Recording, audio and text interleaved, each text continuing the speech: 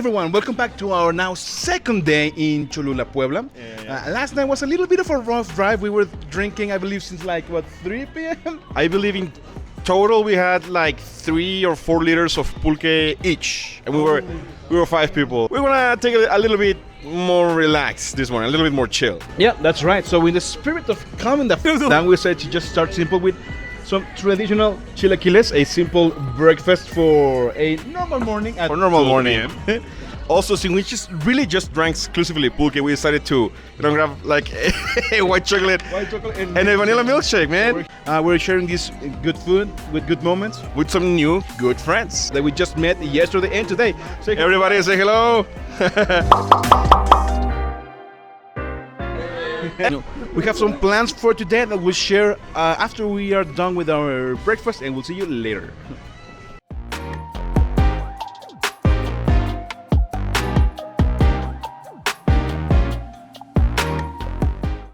Whew, and after demolishing that breakfast, the chilaquiles were Mighty spicy, man. They were spicier than I expected. yeah, we're too white for spices, honestly. But We're not that white, okay? We're not that white. we're gonna go look for a bakery to get some pan dulce. It's just some baked sweet goods, you know.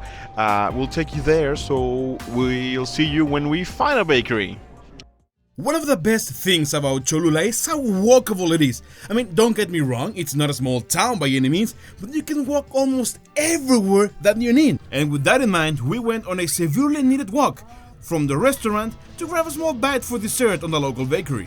But we got sidetracked on the way because we found a small fair. Another thing that's amazing about this town is that for some reason it is always celebrating something, and today, it turns out, was one of those days. There was one game open, a true test of accuracy. And yes, I am the one editing this video, and I left that part on purpose because we only got one of my shots on video, and I wanted to show it off. You can get a lollipop for hitting 2 targets, a small prize for hitting 5 targets, in one of the big cool prizes if you hit 10 nails. It seemed a little bit difficult, and I decided to ask the owner, like, hey man, has anyone ever gotten to hit the 10 nails? And I kid you not, he laughed straight to my face and said no. We were walking towards the bakery and we found a little fair. We decided to partake in some a little bit of a sportsmanship, a competition where everybody lost. Yeah, we all lost. It was just 50 pesos, which is like $32. nice. It's like $5 US, give or take. But it's just a rifle shootout. I got my rifle. It took a little bit to adjust, a few shots to adjust. Did you hit anything? It's 10 figures, well, 5 figurines, and then 5 Nails.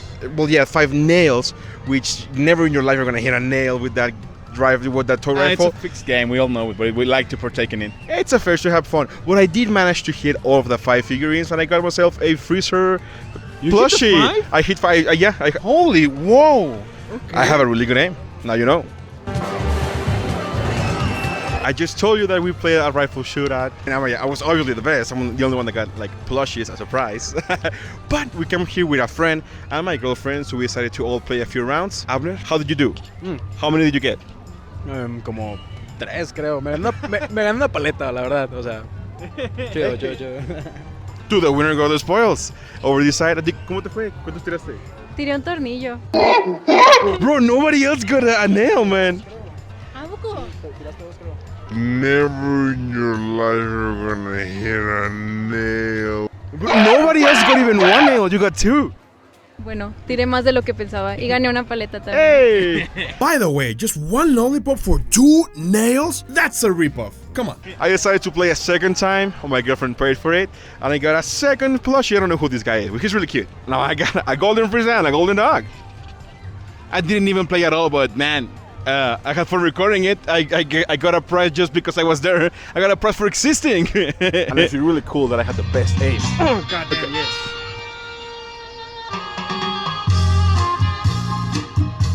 And so, after our friendly competition where, and I don't mean to brag, I absolutely destroyed everyone else, we finally made it to a place called La Churreria. It's technically not baked goods, so it's not pan dulce, it's not sweet bread because this is deep fried, but their specialty is, as you might have guessed, churros! You guys, you have to be there. This place was beautiful. I know that it looks small, on the camera, but this place has 2 floors. And it was long as all hell. At the end there was an alleyway, which I'm pretty sure the alleyway was part of the restaurant. In this place, they not only make their dough every day for traditional churros, but they also make chocolate dough and even red velvet dough. Oh, but that's not it. In this place wouldn't be called La Churreria if that's all they bring to the table. No. They also let you buy stuffed churros, which is not unique to this place. Every single churro place in Mexico has done this in the last 20 years. But these guys stuff it to the brim. And not only that, they also drizzle that filling on the top of the churro. And not only that, but they also drizzle condensed milk on the rest of that bit. Honestly, that was a little bit too much. Yeah, like I get the concept on paper, it sounds really good. Like the whole thing is submerged on sweet sauce. It is a better idea than it was a reality. I appreciate the extra sauce, but I kid you not, you get one bite and you're satisfied. You're almost overwhelmed. That said, we got 2.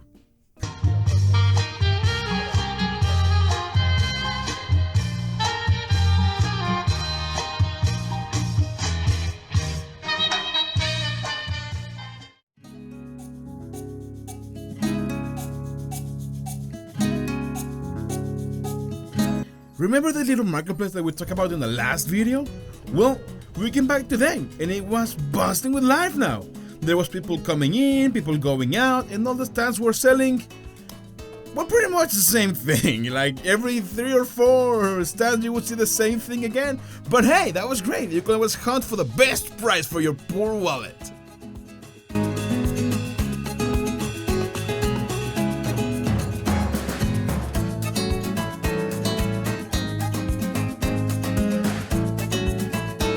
And while exploring that market, we saw a lot of things. Everybody had, like, you know, their own stand, their own style. But we found a pet store, clothing store, or clothing stand. And it was the funniest thing. Because, well, first of all, everybody's selling people clothing. And there was just this one lady selling pet clothing. But they had a live model. Come on! Look at him! We weren't gonna buy anything in the market. We were just looking around. How could you not buy something from that Chihuahua?